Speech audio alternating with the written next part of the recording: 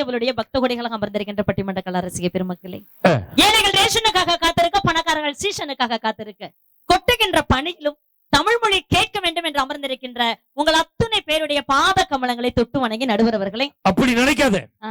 இந்த பணியிலேயே இத்தனை பேர் உட்கார்ந்துருக்காங்கன்னா என்ன காரணம்? தமிழ். ஒரே காரணம் தான். இந்த மேடையில இத்தனை பேர் நம்ம உட்கார்ந்துருக்கோம்னா என்ன காரணம்? ஒரே காரணம் தான். இவ்வளவு பேர் உட்கார்ந்துருக்காங்க அங்க, இத்தனை பேர் உட்கார்ந்துருக்க இங்கன்னா ஒரே காரணம் தான். அவங்க எல்லாம் காசை கொடுத்துட்டமேன்னு உட்கார்ந்துருக்காங்க. நம்ம காசை குறையில்லாம வாங்கிட்டு போயிருந்தமேன்னு உட்கார்ந்துருக்கோம். இதான் நம்மளுக்குள்ள ஓடுற டீலிங். நடுவர் அவர்களே, அருமையானது ஒரு பட்டிமன்றம். சூப்பரா அழகா எல்லா பேச்சாளருமே அழகா பேசிருக்காங்க சார். இப்ப என்ன தலைப்பு மட்டும் தயவு செஞ்சு சொல்லுங்க மக்கள். நடுவர் அழகா பேசினார் சொன்னியா நீ? நீங்க பியூட்டிஃபுல்லா பேசுனீங்க. அப்படி சொல்லு. எங்கடா கரிச்சிப்பு? ஆனா நான் ஒரு விஷயம் சொல்லி ஆகணுங்க. உங்களுடைய மொழி நடையை பார்க்கின்ற பொழுது நீங்கள் ஒரு புலவன். புலவன். சொல்லாடும் திறனை பார்க்கின்ற பொழுது நீங்கள் ஒரு உழவன். உழவன். நான் விவசாயி தான். உங்கள் முகத்தின் அழகை பார்க்கின்ற பொழுது நீங்கள் ஒரு நிலவன். பலபலன் இருக்கான். ஆக மொத்தம் இந்த பட்டிமன்ற மேடையிலே நீங்கள் தான் கிழவன். எப்படி தூக்கையில தொப்புன்னு போடுவான்னு தெரியும் எனக்கு. தமிழ் மரபுப்படி கிழவன் அப்படின்னு என்ன தெரியுமா? தன்னிகரற்ற தலைவன் அர்த்தம். அதனாலதான் கிழவன் கிழவன் கிழவன் உங்களை சொல்றேன். ஓஹோ, நான் கிழவன். ஆமா சார். இந்த அணிக்கு இந்த அம்மா கிழவி, என்ன தலைவி. இந்த அணிக்கு இவர் தலைவன், இவர் ஒரு கிழவன். அப்ப கிழவன் கிழவி, நடுவுல நான் ஒரு கிழவன். தமிழால் வாழ்ந்து கொண்டிருக்கிற மக்கள் மத்தியிலே தமிழுக்காக வாழக்கூடிய ஒரு நல்லதொரு நடுவர். நிஜமாவே சொல்றேங்க, தமிழ்நாட்டின் பல்வேறு பகுதிகளை எங்க போய் நீங்க பட்டிமன்றம் கேட்டாலும் முன்னொரு காலத்துல பாத்தீங்கன்னா சாலமன் பாப்பையா பட்டிமன்றம் கேட்பாங்க சார். ஆனா இன்னைக்கு நேத்து நான் போன பட்டிமன்றத்துல கூட பட்டிமன்றம் என்று சொன்னாலே மஞ்சுநாதன் வரலையா என்று உங்களுடைய குலத்துக்கே பெருமை சேர்த்துக் கொண்டிருக்கின்ற மஞ்சுநாதன் அவர்களையும் ரொம்ப அழகா பேசுனீங்க. எப்பவுமே சிறப்பா பேசுவாங்க. பயங்கரமா பேசினாருங்க. எப்படி பேசினாருங்க? கேக்குறவன் கேன பயில இருந்தா கேர் வச்ச குண்டையில கேட்டுவி தெரியுமா? என்ன சார் பேசிட்டு போய் ஆண்டனா புடிச்சிட்டு எப்படி கண்டாயில உண்டே வச்சாங்க? ஆண்டனா மாத்திட்டாங்களா? அப்ப கேர் விஜய குண்டையில உண்டே வச்சுட்டாங்களா ஆண்டனாவை? நடுவர் அவர்களே, யதார்த்தமானதை தாங்க பேசிருக்கணும். ஆண்களுடைய உழைப்பு தான் சூப்பர், பெண்களுடைய பொறுப்பு எல்லாம் டூப்பர் அப்படின்னு பேசிட்டு போய் உட்கார்ந்து இருக்காங்களே. நான் என்ன கேள்வி கேட்கிறேன், உங்களுக்கு கல்யாணம் ஆயிடுச்சா சார்? எனக்கு ஆகாத மாதிரி தெரியுதா? நான் தெரியுது. உங்களுக்கு கல்யாணம் ஆயிடுச்சா? எனக்கு வேற 15 நிமிஷம் கொடுத்துருக்கீங்க சார். ஒரு தடவை ஆச்சு. எல்லாத்துக்கும் ஒரு தடவை தான் சார் ஆகும். மொத்தம் கல்யாணம் ஆயிடுச்சுல? ஆச்சு. உங்க அம்மா அப்பா கல்யாணம் ஆயிடுச்சா சார்? அவங்களுக்கு ஆகல. கணக்கு இருக்குது. அவங்களுக்கு கல்யாணம் ஆயிருக்கு சார் கண்டிப்பா. உங்க தாத்தா பாட்டி கல்யாணம் ஆயிடுச்சா? அந்தாலும் நம்மள்ட்ட சொல்லவே இல்லையே, ஒன்னும் சொல்லாம செத்துட்டானே.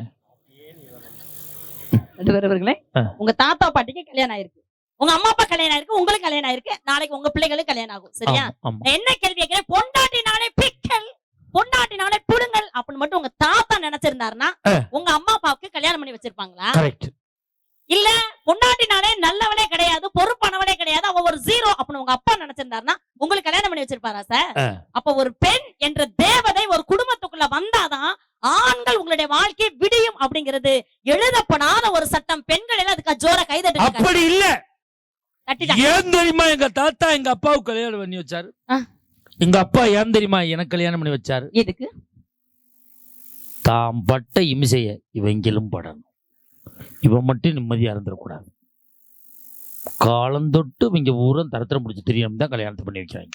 சரி, என்ன சார் இப்படி சொல்லிட்டீங்க? கல்யாணம் பண்ணும்போது எத்தனை முடிச்சு போடுறாங்க? தாலி கட்டும் போது எனக்கு எத்தனை முடிச்சு போடுவாங்க?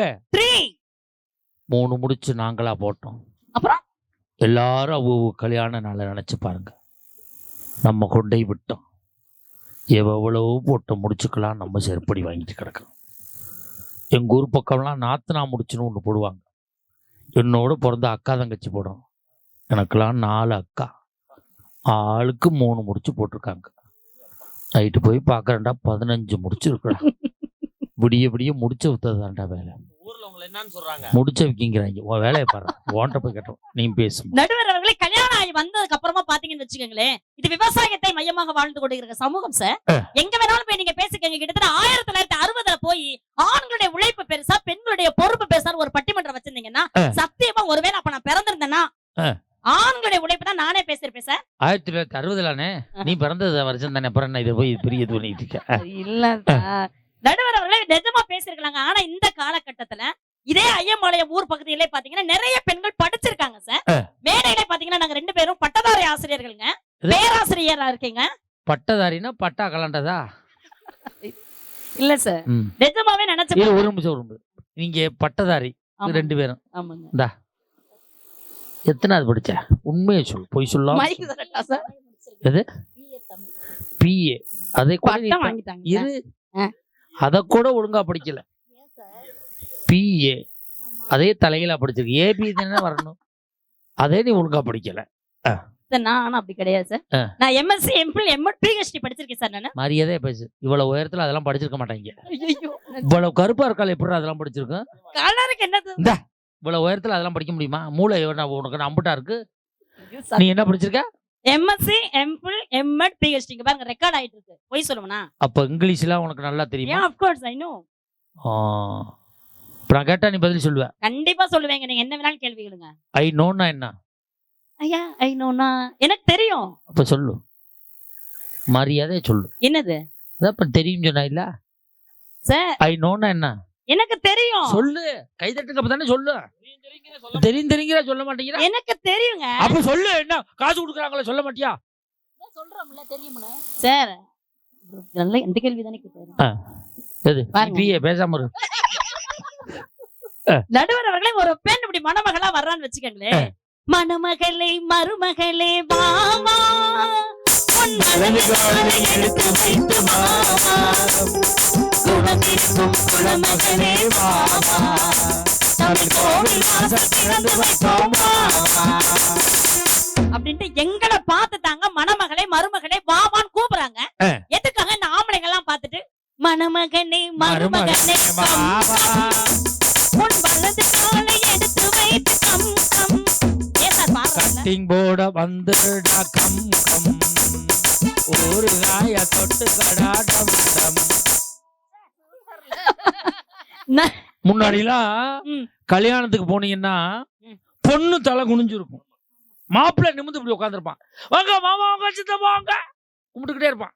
நாளை என் கல்யாணத்துல வாங்க வாங்க பெரியப்பா வாங்கன்னு. டேய் நான் உனக்கு மாமாடாங்க, இன்னைக்கு ஒரு நாள் பெரியப்பா அறியா அப்படியா?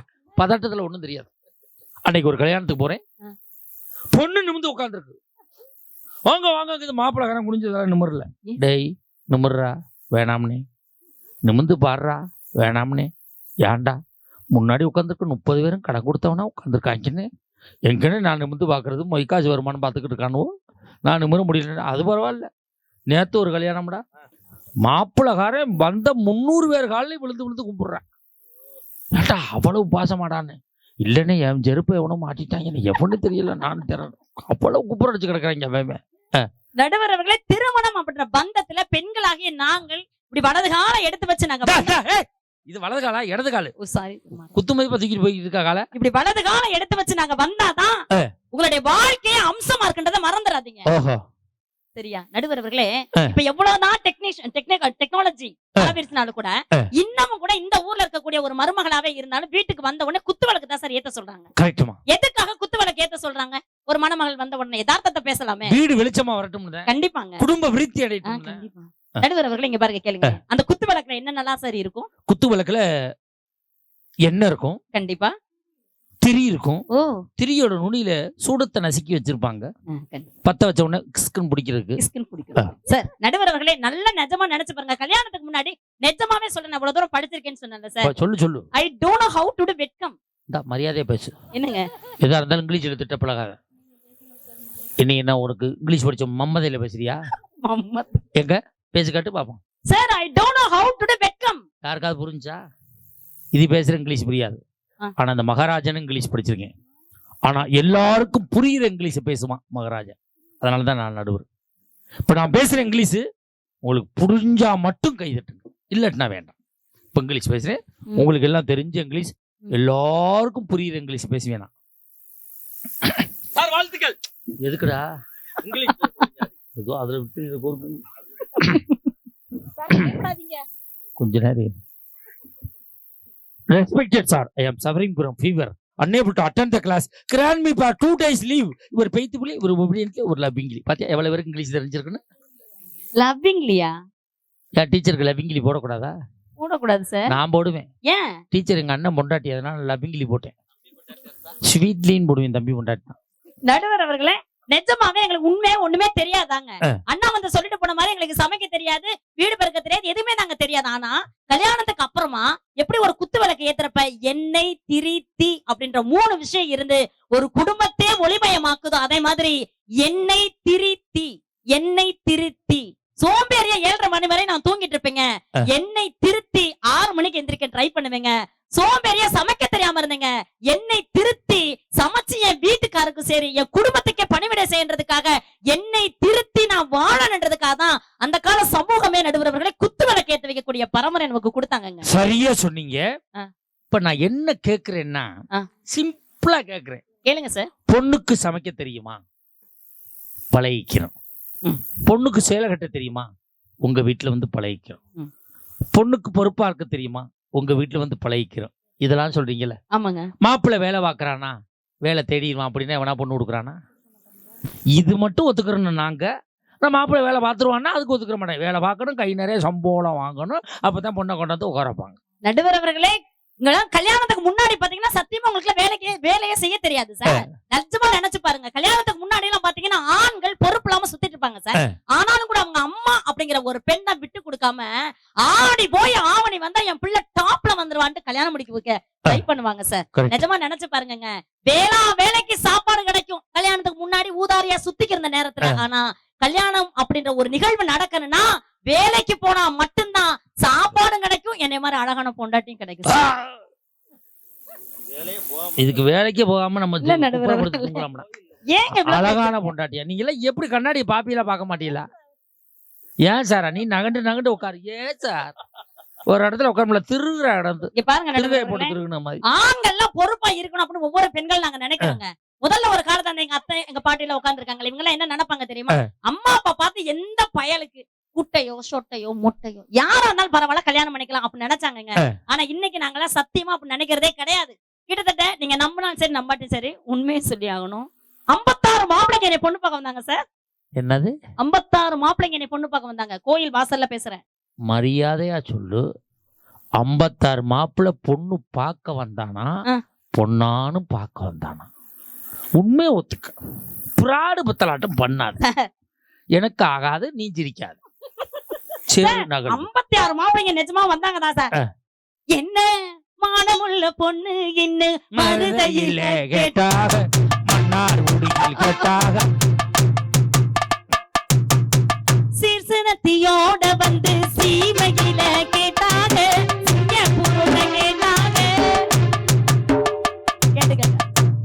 இவ்வளவு ஊர்ல கேட்டானே, உள்ளூர்ல எவனாவது உன்னை கேட்டானா? கேட்க மாட்டேன். ஏன் கேட்க மாட்டேன்? உங்க ஆத்தால நீ கோழி கலவன்றத ஊருக்கே தெரியும். எப்படி கேட்பான்? சார் என்ன சார் இப்படி சொல்லிட்டீங்க? அப்படி போட்டு போட்டு உடனே யூடியூப்ல வேற ஷூட். அவ யூடியூப்பை பார்த்துட்டு கோழிக்காரன் வரட்டும். நடுவர் அவர்களே, 56 மாப்பிள்ளைங்க பொண்ணு கேட்டு வந்தாலும் 57ஆவதா வந்தார்ல பிரகாஷ். யாரு இப்ப எனக்கு வாக்கப்பட்டிருக்காருல அவர் தாங்க. அவரதான் எனக்கு ரொம்ப பிடிச்சிருந்துச்சு. ஏன் 56 மாப்பிள்ளைங்களை பிடிக்கல தெரியுமா? வந்த அத்தனை மாப்பிள்ளைங்களும் பஜ்ஜி தினாங்க ஜொஜ்ஜி தினாங்க கிளம்பி போயிட்டாங்க சார். ஆனா இந்த ஒத்த மனுஷன் தான் டீ குடிச்ச டம்ளரையும் பஜ்ஜி தின்ன தட்ட கூட விளக்கி கழுவி வச்சுட்டு போனாரு. அந்த டீலிங் எனக்கு ரொம்ப பிடிச்சிருந்துச்சு சார். பெருமையா சொல்லாத. அப்பவே உன்னை கை கழுவு நினைச்சிருக்கான். ஐயோ, அதுவும் இந்த கல்யாணத்துல பாருங்களே, இந்த மிச்சர் இதெல்லாம் கொண்டே கொடுங்க, சாப்பிட மாட்டோம். எனக்கு அந்த பழக்கம் இல்லை. அந்த ஒண்ணுதான் எடுப்பான். அதுவும் மிச்சர் கொடுத்தீங்கன்னா அந்த கடலை பருப்பு மட்டும் லைட்டா அப்படி டீசன்ட் தான் அவரு அப்படி எடுத்து போடுவார். கடலை பருப்பு மட்டும் எடுத்து போடுறான்னு என்ன அர்த்தம்? முண்டை கட்டிங் அடிச்சுட்டு வந்திருக்கான்னு அர்த்தம். அது வெளியில வரக்கூடாதுன்னு இவங்க கடலை பருப்பா புறக்கி திங்குது. இது இவங்களுக்கு தெரியறது இல்ல. நடுவர் அவர்களே, நாங்களாம் ஆனா நம்பிடுறோம் சார். இவங்கதான் ஹீரோ அப்படின்னு நினைச்சு நாங்களாம் ஒத்துக்கிறோமா இல்லையா? நிஜமா நினைச்சு பாருங்க. ஒரு மணப்பெண் இப்படி வீட்டுக்குள்ள வந்தா எவ்வளவு பொறுப்பா இருக்கு தெரியுமாங்க. நாங்க நடுவர் அவர்களே ஒவ்வொரு காலகட்டத்தையும் புருஷனுக்கு எதெல்லாம் பிடிக்கும் நாங்க அழகு பார்ப்போம் சார். இப்ப பனி காலத்துல எல்லாம் பாத்தீங்கன்னா கை கால எல்லாம் சொறி வந்துரும். வலது காலுக்கு இடது கால் செருப்புக்கு வித்தியாசம் கூட தெரியாம சில ஆண்கள் இருப்பாங்க சார். போறப்ப வீட்டை விட்டு வெளியே போறப்பயோ நில்லியா, தலசி விட்டு போயா, நல்ல செருப்பு போட்டு போயா, அழகான ட்ரெஸ் போட்டு போயான்ட்டு ஒவ்வொரு அணுவணுமா ஒரு பெண் ரசிக்கிறதுனாலதான் ஆண்கள் எல்லாரும் ஹீரோ மாதிரி இப்படி ரோட்ல நடந்து போறாங்க சார். ஒண்ணு தெரிஞ்சுக்க, நீ இதை சொல்ற சில ஆண்களுடைய செருப்பை பாரு, வயதானவர்களுடைய செருப்பை தேஞ்சு அந்த செருப்புல ஓட்டை விழுந்திருக்கும். சில ஆண்களுடைய செருப்புல ஊக்கு குத்தி இருப்பாங்க. ஏன் தெரியுமா? நான் பீந்து போன செருப்பை போட்டிருந்தாலும் என் பிள்ளையும் மனைவியும் புது செருப்பு போட வேண்டும் என்று ஒவ்வொரு ஆண்மகனும் தியாகம் செய்கிறாயா. கண்டிப்பா சார். நடுவர் அவர்களே, நிஜமா இதே மாதிரி நாங்க செய்யறது இல்லையாங்க? என்ன நீங்க செய்யற சார்? நாங்க நகை எடுக்கணும், புடவை எடுக்கணும், நாங்க ஆசைப்படுவோங்க. ஆனா புருஷனுக்கு இவ்வளவுதான் வருமானம் வருது அப்படின்ற ஒரே காரணத்துக்காக எங்களுடைய ஆசைகள்லாம் நாங்க அடக்கிக்கிறது இல்லையா சார்? தீபாவளி டயத்துல போய் ஜவுளி கடையில பாரு, வேலை பார்க்குறவன் 30 பேர் இருந்தான்னா அந்த சேர் போட்டு உட்காந்துருக்கேன், 300 பேர் உட்காந்துருக்கேன். அன்னைக்கெல்லாம் ஒருத்தன் போறேன் 7 மணிக்கு பல்லு விளக்கிக்கிட்டேன் ஜவுளி கடை வாசல்ல. அன்னை கடை திறக்கவானே இல்லைங்க, நேற்று போனா என் பொட்டாட்டி எடுத்துட்டு வந்து தொலைல, நாங்க குடும்பமே இங்கேதான் உட்காந்து குளிச்சுக்கிட்டு உட்காந்துருக்கோம் அப்படிங்க. நடுவர்கள் நகைச்சுவைக்கு நீங்க நான் 1000 விஷயம் சொல்லுங்க சார். நீங்க நான் என்ன கேள்வி கேட்கிறேன், ஒரு மனைவி அப்படிங்கிற நாங்க வீட்டுக்கு வந்துட்டோம்ல, வந்த உடனே குடும்பத்தை பிரிச்சுட்டான் எப்படி சார் நாங்க இதை ஒத்துக்க முடியும்? அண்ணா வந்து பேசிட்டு போனாங்க, அவ்வளோ அண்ணாவும் பேசிட்டு போனாங்க. நாங்க இந்த குடும்பத்தை பிரிக்கிறதுக்கு என்ன டிகிரியா வாங்கிட்டு வர உள்ள? நடுவர்களே சிகரெட் அடிக்காதீங்க அப்ப நாங்க சொல்றோம்ல. ஏன் சொல்றோம்? உங்க உடம்பு வந்து கெட்டு போக கூடாது தானே சார் சொல்றோம். சரக்கு அடிக்காதையா, நாரி தொழிலியா சொல்றோம். கேக்குறீங்களா? நீங்க கேக்குறது இல்ல. கண்ட காவாலி பையனோட சுத்தாதையா, பொழப்பு கெட்டு போயிரும் சொல்றேன். கேக்குறீங்களா? நீங்க தண்ணி குடித்தன வாங்க மாமா அப்ப நான் மட்டும் ஏன் சார் வர்றீங்க? நீங்க ஏன் வர்றீங்க? நல்ல கேள்வி, நியாயமான கேள்வி. இந்த கேஸ் ஹைகோர்ட்ல போனா கூட ஜெயி, சுப்ரீம் கோர்ட் கூட போங்க சார். உள்ள ஹைகோர்ட் போய் அப்புறம் போவோம் சுப்ரீம் கோர்ட். சரி, எடுத்தோன்னு சுப்ரீம் கோர்ட் குத்திடுற. சிகரெட் குடிக்காதுன்னு சொல்ற, கேட்க மாட்டேங்கிறோம். தண்ணி அடிக்காதங்கிற, கேட்க மாட்டேங்கிறோம். அவங்க கூட சேராதங்கிற, கேட்க மாட்டேங்கிறோம். இதெல்லாம் கேட்காது நீ தண்ணி குடுத்தனவான்னா இப்படி வருவான்னு கேட்கற. சிகரெட் குடிக்காதுன்னு எங்க நின்று சொல்ற? வீட்டு முன்னாடியே. தண்ணி அடிக்காதுன்னு எங்க நின்று சொல்ற? வீட்டு வாசல் நின்று சொல்ற. அவங்க கூட சேராதுன்னு எங்க நின்று சொல்ற? வீட்டு வாசல் நின்று சொல்ற. நைட்டு 10:30 மணிக்கு பெட்ரோல் பண்ணிக்கிட்டு சொல்ற, உங்க அப்பா தலை விட்டுக்கிட்டு வான்னு சொல்ற. இடத்த பொறுத்து தான் பொருள் மாறும், மாத்தி சொன்னாலும் பொருள் மாறும். நடுவர்களே நிஜமாங்க, கொரோனா நேரத்துல கூட எங்களுடைய பெண்களுடைய சிறுவாட்டு காசு தான் ஆண்களாகி உங்களையும் சேர்த்து சாப்பிட வச்சுன்றத மறந்துடாதீங்க நடுவர்களே. இதத்தான் ஒரு கவிஞன் பாட்டுல சொன்னா, சேர்த்து பணத்தை சிக்கனமா செலவு பண்ண பக்குவமா அம்மா கையில சார், அது உங்க அம்மா கையில கொடுத்து தெளிவா வேற அன்னைக்கு சொன்னாங்க. அண்ணா பேசிட்டு போனாங்க, தன்னுடைய உறவுகளையும் இரவுகளையும் கூட விட்டுட்டு ஒவ்வொரு ஆம்பளையும் ஃபாரின்ல போய் சம்பாதிக்கிறான்னு அசால்ட்டா பேசிட்டு போயிருக்கீங்களே. இன்னைக்கு இதே ஊர்ல மிலிட்டரிக்காரங்க பொண்டாட்டி இருக்கீங்களா? ஃபாரின்ல போய் வேலை பாக்குறாங்களா? அவங்க மனைவிகளா இருக்கீங்களா? சார் கண்டிப்பா அவங்களுக்கு ஒரு சல்யூட்டே போடலாம் சார். நாங்க நடுவர்களே அவங்க எல்லாம் பாத்தீங்கன்னா ஒரு ஊர் தேசத்துக்கு போயிட்டு லேட்டா வந்தாவே ஊர் வாயை மூட முடியாது சார். ஒரு நிமிஷம் நின்னு பால் கரண்ட பேசினா கூட 1000 பதில் சொல்லணும் சார். அத்தனை அவமானங்களையும் தாங்கிக்கிட்டு அந்த பெண்கள்லாம் இந்த குடும்பத்துல இந்த ஊர்ல ஏன் வாழ்றாங்க அப்படின்னா, ஒரு கணவன் அப்படிங்கிறவருக்கு அங்கீகாரம் கொடுத்துட்டாங்க. அந்த பெண்கள் எல்லாம் இளமைய கூட காத்துட்டு வாழ்ந்துட்டு இருக்காங்க சார். ஒரு பெண் அழகா சொன்னாங்க, என் கரம் பிடித்த என் அன்பு கனவா, உனக்காக நான் விழித்து எனக்காக நீ உழைத்து, காசு இருக்கும் நேரமெல்லாம் பிரியாணி, காசில்லா நேரமெல்லாம் பட்டினி என்று ஓரிரு நாட்கள் மட்டும் என்னுடன் நிம்மதியாக வாழ்ந்து விட்ட என் அன்பு கனவா, வெறும் பணம் சம்பாதிப்பதற்காக வெளிநாடு சென்று விட்டாய். நீ அனுப்புகிற பணத்தை தருகிறது பாரத வங்கி, உன் பணத்தை வேண்டுமானாலும் தரும், உன் பாசத்தை எனக்கு தருமா? விசாரித்து விட்டு போனை துண்டிக்காதே, விசார் ரத்து செய்து விட்டு தயவு செய்து என்னுடன் வந்து விடு. ஈச்சமரம் சாய்ந்து கொண்டு நீ அனுப்பும் புகைப்படம் பார்க்கின்ற பொழுதெல்லாம் அந்த ஈச்சமரமாவது பிறந்திருக்க கூடாதா என்று வெதும்புகிறது என் மனம் என்று ஒரு பெண் கண்ணீரோட கூட பேசுறா, கவிதை எழுதுறானா. நடுவர்களே, ஒவ்வொரு பெண்ணும் இந்த உலகத்தை காக்கக்கூடிய தெய்வங்களா வாழ்றாங்கன்றத மறந்துடாதீங்க. 100 ஆண்டு காலம் நம்ம புகழ்வா என்று சொன்னால் நடுவர்களே, எந்த வகைகள் பார்த்தாலும் பெண்கள் பொறுப்பானவங்க. ஒரு காலத்துல படிக்கல, இந்த காலத்துல படிச்சிருக்காங்க. படித்த பெண்களாக இருந்தால் ஐடி கம்பெனிக்கு வேலைக்கு போறாங்க. படிக்காத பெண்களாக இருந்தால் ஐடி கம்பெனிக்கு இல்லங்க, ஐடி கம்பெனிக்கு போய் கூட தன்னுடைய குடும்பத்தை பட்டினி இல்லாம பாத்துக்கிற பத்தினி தெய்வங்கள் வாழுகின்ற இடம் இந்த இடம். நடுவர்களே நினைச்சு பாருங்களேன், இப்ப பெண்கள்லாம் நிறைய படிச்சுட்டோம், உண்மைதானே சார்? படிச்சுட்டு உயர் பதவியில கூட இருப்பாங்க. ஆனா ஒரு ஆணுக்கு ஒட்டுமொத்த வேலை என்ன சார்? காலையில கிளம்பி அப்படியே போவாங்க வேலைக்கு, நாள் முழுசுக்கு என்ன வேலை வேணாலும் செய்வாங்க, சம்பாரிச்சுட்டு பணத்தை முழுசா கொண்டு வர மாட்டாங்க. ஆனா நாங்க அப்படி கிடையாதுங்க. காலையில எந்திரிச்ச உடனே வீட்டு வேலை எல்லாத்தையும் செஞ்சு முடிச்சுட்டு நாங்க வேலைக்கு போவோங்க. உயர் அதிகாரியா கூட ஒரு பெண் இருப்பாங்க. சாயந்தரம் கரெக்டா வீட்டுக்குள்ள வர நேரத்துல செருப்ப கலட்டி வைக்கிற இடத்திலே தன்னுடைய அதிகாரத்தையும் தன்னுடைய பலத்தையும் கலட்டி வச்சுட்டு ஒரு அம்மாவா, ஒரு சகோதரியா, ஒரு மனைவியா வீட்டுக்குள்ள நாங்க நுழைகிறோமே, நாங்க எப்படி சார் பொறுப்புல நீங்க பேச முடியும்? நடுவர் அவர்களே, நல்லா நிஜமா நினைச்சு பாருங்க. ஆண்களுக்கு யார் தயவு செஞ்சு கோச்சுக்காதீங்க, பெண்மை அப்படிங்கிற அந்த கிரீடம் எப்ப சார் மகுடமாகும்? தாய்மை என்ற உன்னதமான நிலை வர்றப்ப மட்டும்தானுங்க. நடுவர் அவர்களே, நல்ல குழந்தைய வளர்த்துவங்க நாங்க. நீங்க வீராவேசமா பேசுவீங்க. ஏய், நான் உன்னால என்ன ஆகுது?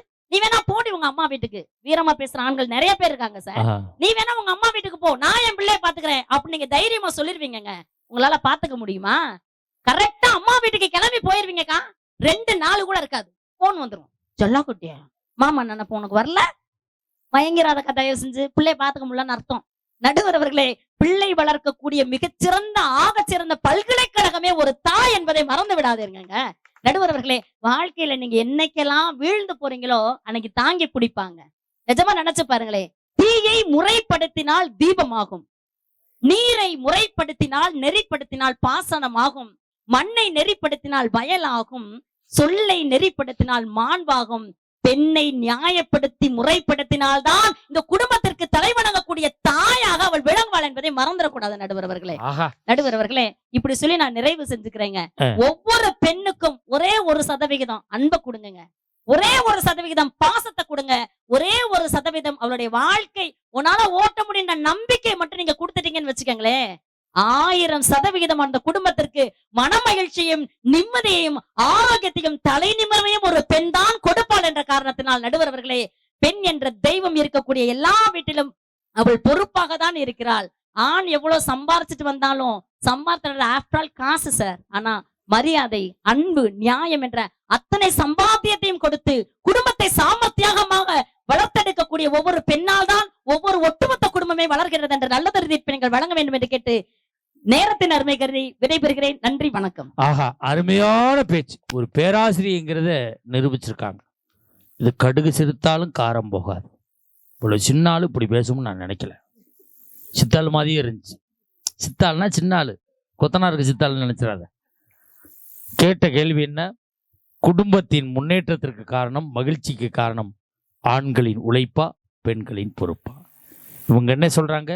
பெண்களுக்கு பொறுப்பு இல்லையே அப்படிங்கிறாங்க. ஒண்ணு தெரிஞ்சுக்குங்க, பொண்டாட்டில 3 டைப் ஆஃப் பொண்டாட்டிஸ் இருக்கு. 3 வகையான பொண்டாட்டி. ஃபர்ஸ்ட் டைப், சோத்தை போடுவா, சாம்பாரை ஊத்துவா, பிசைஞ்சு வாயில வைப்போம். என்னடி புள்ள? பதிலுக்கு பேசுவா. ஏன் உப்பு போட்டாலும் சாப்பிடுவியா, நீ போட்டு சாப்பிட மாட்டியா? இவளை கூட கணக்கில் சேர்த்துக்கலாம். எனக்கு கதவுக்குள்ள பேசுறேன், வெளியே தெரியாது. நம்பர் 2, என்னடி சாம்பார்ல உப்பு இல்ல? வாய்க்குள்ளே முணங்குவா. மூட்டையப்பா கழிச்சல் பைபாஸ்ல உள்ள லாரி போது பசு போது அடிவிட்டு தொலையாம வந்து இவளையும் கணக்கில் சேர்க்கலாம். நம்பர் 3, இவதான் டேஞ்சரான ஆளு. எப்ப என்ன சொல்லுவான்னு சொல்ல முடியாது. என்னடி சாம்பார் உப்பு இல்ல? பதிலே பேச மாட்டான். இப்படி பருவன்னு முடிப்பா. இவன் சோத்துல விஷத்தை வைக்கிற குரூப், ஸ்லோ பாய்சன். எப்ப விஷத்தை வச்சு கொள்ளுவான்னு சொல்ல முடியாது. என்ன சந்தேகம்? எனக்கு 7 பொண்டாட்டி, அதனால 3 பொண்டாட்டி பத்தி. திருப்பூருக்கு வேலைக்கு போயிட்டாலும் இந்த ராணிட்டு வாங்கி அதை கனிமல்ட்டு வாங்கி. வாழ்க்கை இவ்வளவு சிக்கலா இருக்கு. எங்க நிம்மதி இருக்கு? எங்க சந்தோஷம் இருக்கு? நான் சின்ன பிள்ளையா இருக்கும்போது எங்க அம்மா எனக்கு சாப்பாடை போட்டு வாசலே பார்ப்பாங்க. ஏமா வாசப்படியே பாக்குறேன்னு கேட்பேன். ரோட்ல போறவங்க யாராவது நீ சாப்பிட்றத பார்த்தா கண்ணு பட்டு உடம்பு முடியாம போயிடும். என்னைய பத்து வளர்த்தா என் தாய். என் பொண்டாட்டி அதே மாதிரி தான். எனக்கு சாப்பாடை போட்டு நான் சாப்பிட்டு முடிகிற வரை அங்கேயே உட்காந்துருப்பேன். அவ்வளவு பாசமாடின்னு கேட்குறேன். எந்திரிச்சு போனா எல்லாத்தையும் தின்று வாயிடான். அதனால தாங்க நான் உட்காந்துருக்கேன். அவளோட நான் வாழ்ந்துக்கிட்டு இருக்கேன். வெக்கத்தை விட்டு ஊத்து குஞ்சி குடிச்சுட்டு குப்புற கிடக்கு. பெண்களுக்கே உண்டானது சந்தேக புத்தி, சந்தேக பிராணி. பாதிக்கப்பட்டவன் சொல்றேன். போன மாசம் ஒரு பட்டிமன்றம், இதுகளை பூரா வேன்ல ஏத்தி கொண்டு பட்டிமன்றம் முடிச்சு இறக்கி விட்டு வீட்டுக்கு போனேன். விடிய காலம் 3 மணி. என் கேரகம் எவ விட்டு முடியோ என் சட்டையில ஒட்டிருந்து எடுத்துட்டாயா. டேபிள்ல வச்சு விட்டு பாக்குறான். சுருங்குதா சுருங்கலையா, சுருட்டு முடிக்காரியா நீட்டு முடிக்காரியா விட்டா செவி அறைய ஒரு அறை. எவ்வளவு நான் உடச்சிக்கிட்டு வந்தேன். நீ பட்டிமன்றம் இந்த வேலையை செஞ்சுக்கிட்டு தெரியா? பேசாம தூங்கு அப்படின்னா.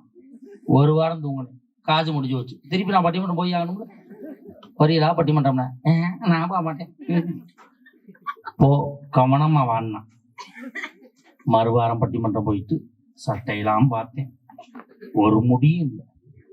நம்பி வீட்டுக்கு போயிட்டு என் கெட்ட கிரகம் வேட்டியில ஒரு வெள்ளை முடி இருந்துட்டு எடுத்துட்டா. கேக்குறா, இப்ப யாரா கிளவிய தோது பண்ணி வச்சிருக்கியா? அதோட வேணா நம்மளுக்கு எந்த ஊர்வம் புண்ணு தூங்குனதான் அப்படியே தூங்குறேன். 3 நாள் 3 வீட்டுல போய் தூங்குறேன். எங்க சித்தப்பாவோட பெரியப்பாவோட பங்காளி விடா போய் மறுபடியும் ஆளை பிடிச்சிட்டான். பட்டிமன்றம் போய் எவ்வளவு உரசாமவா, தனியா கார் எடுத்துட்டு தனியா கார் எடுத்துட்டு மஞ்சள் அந்த கை நிறைய சம்பளம் கொடுக்குறாங்க. கார்ல போயிட்டு கார்லயே வரணும். கார்லயே போயிட்டு மாப்பிள்ளை அடிச்சுன்னு, மாப்பிள்ளை நான் நம்ம கார்ல தான் வருவேன், நம்மளுக்கு சரியா வராது, பொண்டாட்டியா ஒரே பிரச்சனையை கொடுத்தா. சரி மாமா நீ கார்லயே வாமா, கார்லயே போவோம்மா, உனக்கு தனியா காசு நான் தனியா தர்றேன், இல்லைன்னா எங்க சேகர் கூட்டிட்டு வந்து. சரி போயிட்டு வந்து வீட்டுக்கு முன்னாடி காரை நிப்பாட்டி இறங்கி வேட்டி சட்டையெல்லாம் கலட்டி உதறிட்டு, கவுசர் போட்டதுனால தான் உதறி வீட்டுக்குள்ள போனேன். என்னை நிக்க வச்சு இப்படி ஒரு சுத்துறான், இப்படி ஒரு சுத்துறான். நம்ம தான் எல்லாத்தையும் உதறிட்டோமே. பிம்பிளிக்கு பிளாப்பி அப்படின்னு கேட்டாவாரு. இப்ப யாரா மொட்டத்துல காரியம் வச்சிருக்கிறாரு. இது உடம்பான ஊறி போன ஒண்ணு, நான் ஒண்ணும் செய்ய முடியாது. எல்லா ஆம்பளையும் தான் பொண்டாட்டி அவங்க அம்மா வீட்டுக்கு போகுதுன்னா மச்சானுக்கு போன் பண்ணி கேட்பான், மச்சான் உங்க அக்கா வந்துருச்சா? பாசத்துல கேட்கறது இல்ல, அவ அங்க இறங்கிட்டான்னா நம்ம இங்க திறக்கல் போடுறதுக்கு தான் பிளான் பண்றான். என் முன்னாடி ஊருக்கு போயிட்டான், வர்றேன்னு போன் பண்ணா. ஆத்தாடி வர்றாளா? வீட்டை கூட்டி பெருக்கி மாப்பு போட்டு தொடச்சு சாம்பிராணி புகை செண்டுல அடிச்சு குப்புன்னு கிளப்பி விட்டேன். வந்தவன் வீட்டை பூரா சுத்தி பார்த்தான். நேர கிச்சனுக்குள்ள போனான். வந்து எட்டி என் சட்டையை பிடிச்சான். சிகரெட்டு குடிச்சியா? பிராடுக்காரப்பல, சிகரெட்டு குடிச்சியா குடிக்கலையா? நீ சுத்தல தெரியும், சிகரெட்டு குடிச்சியா கொடுக்கலையா? இல்லை குடிக்கல. இந்த அருக்கு சூடன் சத்தியம் பண்ணு. குடிச்சேன்.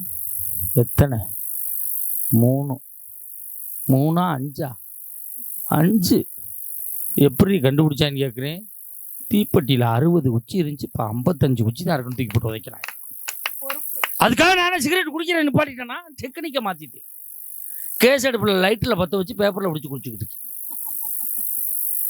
இது பொறுப்பா? இது பொறுப்பான்னு கேட்குறேன். இந்த சுத்துற அப்ப வாழ்க்கையில எவ்வளவு சிக்கல் இருக்கு, எப்படி மனிதனுக்கு நிம்மதி இருக்கும்? வேதனையின் விளிம்புல இருந்து சொல்றேன், நான் மனசு நொந்து சொல்றேன். ஒரு குடும்ப முன்னேற்ற மகிழ்ச்சி அடையணும்னா பெண்களுக்கு என்ன பொறுப்பு இருக்கு? ஒண்ணும் இல்லை. நேத்து பட்டிமன்றம் முடிச்சு சீக்கிரமா முடிச்சு 12 மணிக்கெல்லாம் வீட்டுக்கு போயிட்டேன். கதவை திறந்து வீட்டுக்கு போனேன். பெட்ரூம் உள்ள கரெக்ட்னு ஒரு சவுண்டு. பெருச்சாளி தான் பூந்துருச்சு. கட்டை எடுத்து உற்றே போடா போட்டு கதவை திறந்து கிட்ட போனேன். என் பொண்டாட்டி ஒரு பாக்கெட் மேரி பிஸ்கட்டோட உட்காந்துருக்கான். என்னடின்னு கேட்குறேன். உங்களுக்காகத்தான். எனக்காக நீ ஆண்டி உள்ள அரைச்சிக்கிட்டு இருக்கேன்னு. நீங்க உழைப்பு கெட்டு போயிடக்கூடாதுங்க. என்னடி இன்னைக்கு நைட்டோட எக்ஸ்பைரி டேட் முடிக்குது, அதான் சாப்பிட்டுக்கிட்டு இருக்கேன். அப்படி 10 ரூபா பிஸ்கட்டை நீ உள்ள தெளிவே, அதை எடுக்கிறக்கு அடப்பு நீக்க 350 ரூபா செலவு பண்ணணுமே. இது பொறுப்பா? இப்படி பொறுப்பு இல்லாமல் இருக்கின்ற காரணத்தால் குடும்பத்தின் முன்னேற்றத்திற்கு ஆண்களுடைய உழைப்பு தான் அப்படி நான் தீர்ப்பு சொன்னா, இது 3 விட்டு சாத்தினா எவன் தாங்கிறது? இது 2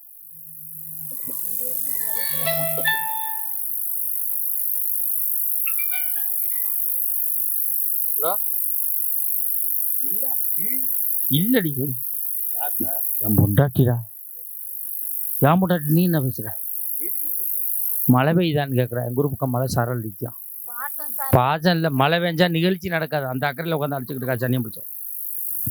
நாளைக்கு யாரா என்னை பார்க்க வரட்டும். மகாராஜா அங்கே பட்டிமன்றம் போயிட்டு வந்து அங்கே படுத்துருக்கா. கிளப்புமா போயிட்டு நாளைக்கு வாங்க. 4 நாள் பட்டிமன்றம் இல்லாமல் இருக்கட்டும். யாரா பார்க்க வரட்டும். இதான் சனியம் பிடிச்சோம். திண்ணையில் அடக்கிற தலையில் ஊடுதன தண்ணி ஊற்று. அப்ப ஆண்களுடைய உழைப்பு எப்படி இருக்கிறது சார்? பட்டிமன்றம் முடியும். நாங்களாம் நைட்டு 2 மணி 3 மணிக்கு பஸ்ஸில் பிரயாணம் பண்ணக்கூடியவங்க. போய் போனோம்னா அந்த டிரைவர்ஸ் ஓட்டுற நாங்கள் தான் முடிச்சுக்கிட்டு இருப்போம். என்ன ராக்கோழி மாதிரி மற்றவங்களும் தூங்குவாங்க.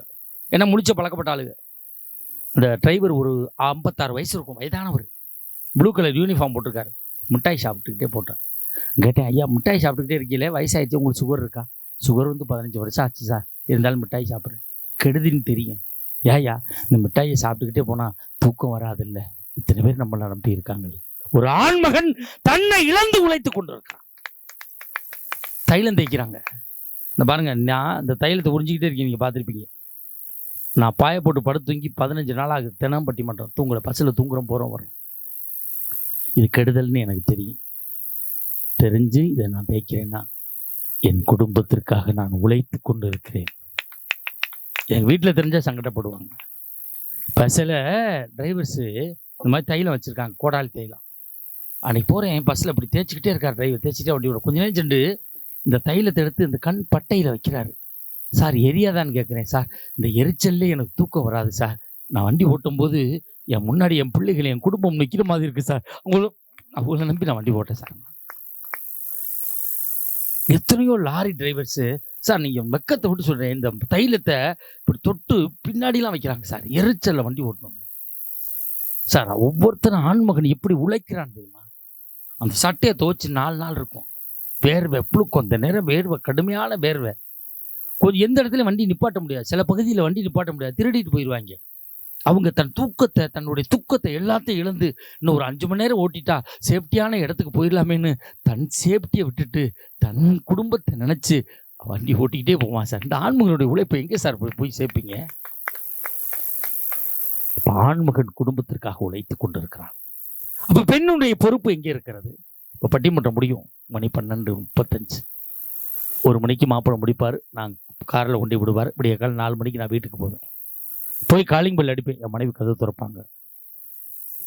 வாங்க மகாராஜா, வேலுத்தம்பி கூப்பிட்டு பட்டிமன்றம் போனீர்களே, எப்படி இருந்துச்சுனாக்கப்பா? போய் பாடு தன்னாம் பைதிட்டு ஊர் சுற்றி போல அப்படின்னு மனசுக்குள்ளே நினச்சிக்குவான். இதே முகம் கொஞ்சம் வாட்டமாக இருந்துச்சுன்னு வச்சுக்கல, ஏன் ஒரு மாதிரியாக இருக்கேனுங்கப்பா? என்னன்னு தெரியலமா, என்னால் சரியாக பேச முடியலமா அப்படின்னா, கவலைப்படாதையா, நாளைக்கே காரைக்குடியில் பட்டிமன்றம் இருக்குது, சூடாக பால் ஆற்றி கொடுத்து போய் படியாம்பா.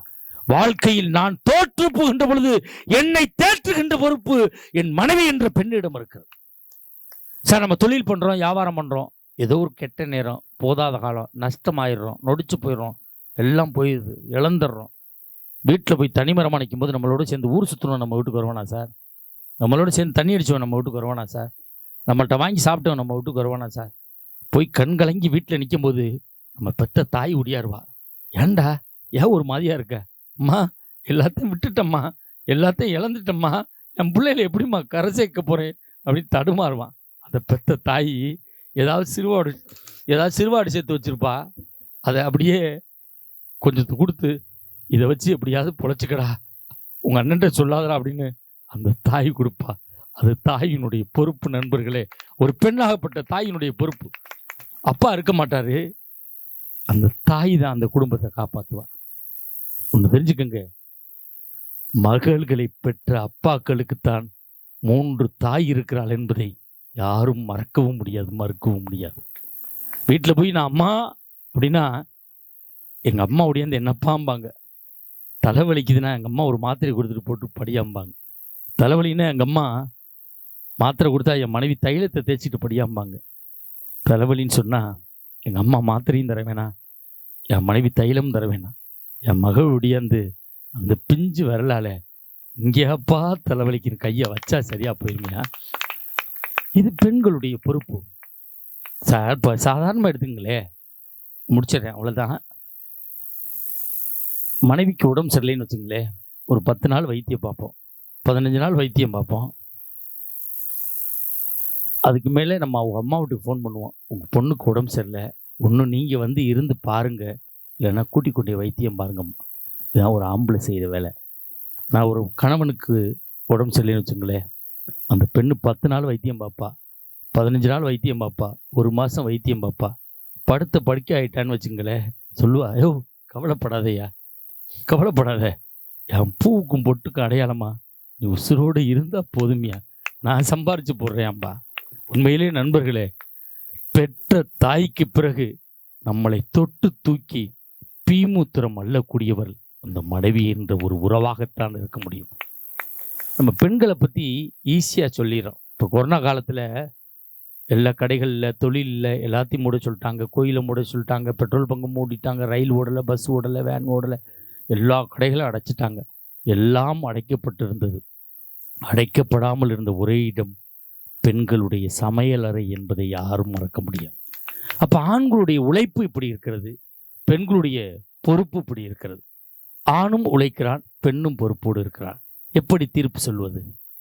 மதுரை மீனாட்சியை பார்த்து ஷேக் முகமதுங்கிற ஒரு இஸ்லாமிய கவிஞன் பாடிய பாடல்தான் இந்த தலைப்புக்கு தீர்ப்பாக இருக்கும் என்று நான் நம்புகிறேன். ஆண்டவனை காதலிச்சாம் பாண்டி நாட்டு மீனாட்சி, காதலிச்சு மணந்ததுக்கு மதுரை கோவில் காட்சி. ஆண்டவனை காதலிச்சாம் பாண்டி நாட்டு மீனாட்சி, காதலிச்சு மணந்ததுக்கு மதுரை கோவில் காட்சி. வெட்ட வெட்ட வளரும் கோடி என்ன கொடி பூரம்மா, கட்டழகே கேளம்மா காதல் கொடி தானம்மா. ஓடுகிற வண்டியோட ஒற்றுமையா வந்து மாடும், ஒன்று விட்டு ஒன்று விரிஞ்சா என்னவாக எண்ணி பாரு. ஓடுகிற வண்டியோட. நண்பர்களே, ஒரு குடும்பம் என்பது மாட்டு வண்டி போன்றது. அதில் ஆணின் உழைப்பு ஒரு சக்கரம், பெண்ணின் பொறுப்பு ஒரு சக்கரம். ஒரு குடும்பத்திலே உழைக்கிற ஆண் இருந்து பொறுப்பில்லாத பெண் இருந்தால் அந்த குடும்பத்தில் மகிழ்ச்சி நிலைக்காது. அதே நேரத்திலே உழைக்காத ஆண் இருந்து பொறுப்பான பெண் இருந்தாலும் அந்த குடும்பம் முன்னேற்றம் அடையாது. ஒரு குடும்பம் முன்னேற்ற மகிழ்ச்சி அடைப்பதற்கு